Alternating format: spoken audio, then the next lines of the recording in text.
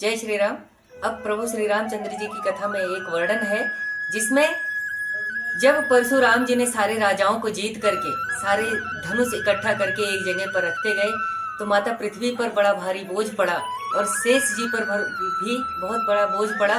तो शेष जी एक बच्चे का रूप धारण करके आते हैं और माता पृथ्वी जो है एक माता का रूप, एक स्त्री का रूप धारण करके आती हैं और दोनों ही परशुराम जी की शरण में आते हैं और पूछते हैं कि माता पृथ्वी कहती है कि यह बालक बड़ा चंचल है जिसके कारण कोई भी हमें शरण नहीं देता है। तो परशुराम जी कहते हैं कि ठीक है, आप हमारे यहाँ ठहर जाइए।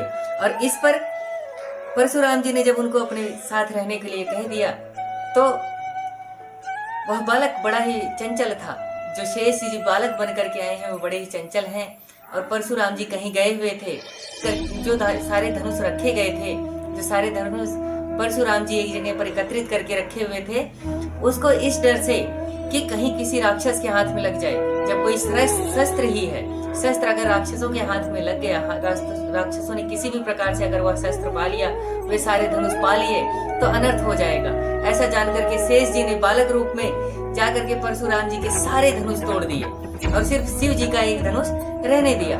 तब परशुराम जी बड़े विस्मित हुए, यानी उन्होंने देखा कि ये सारे धनुष इस बच्चे ने तोड़ दिए। वह देख करके बड़े ही विस्मित हुए, परंतु क्रोध नहीं किया। परशुराम जी ने कोई क्रोध नहीं किया।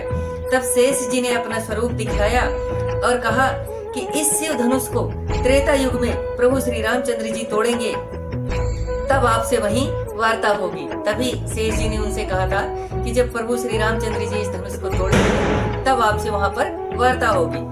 इसलिए लक्ष्मण जी कहते हैं कि बालकपन में बहुत से धनुष तोड़े हैं पर आपने क्रोध नहीं किया। यह जो चौपाई आई है, इस वीडियो से पहले जो वीडियो बनाई थी उसमें यह चौपाई आई थी कि बहु धनु ही तोरे लड़िकाई कबहु न इस ऋषि की नहीं बसाई। तब तो आपने ऐसी ऋषि नहीं की थी, तो इस धनुष के टूटने पर क्यों?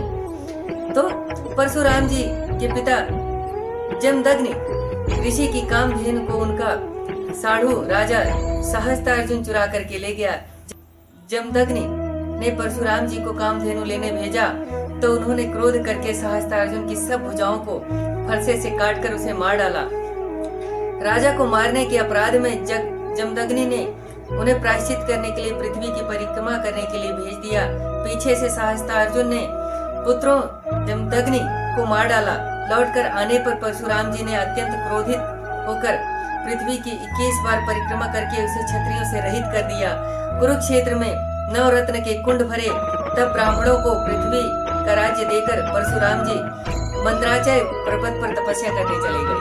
तो यह बहुत सुंदर कथा है कि परशुराम जी ने 21 बार पृथ्वी की परिक्रमा की और उस परिक्रमा में उन्होंने जो क्षत्रियों को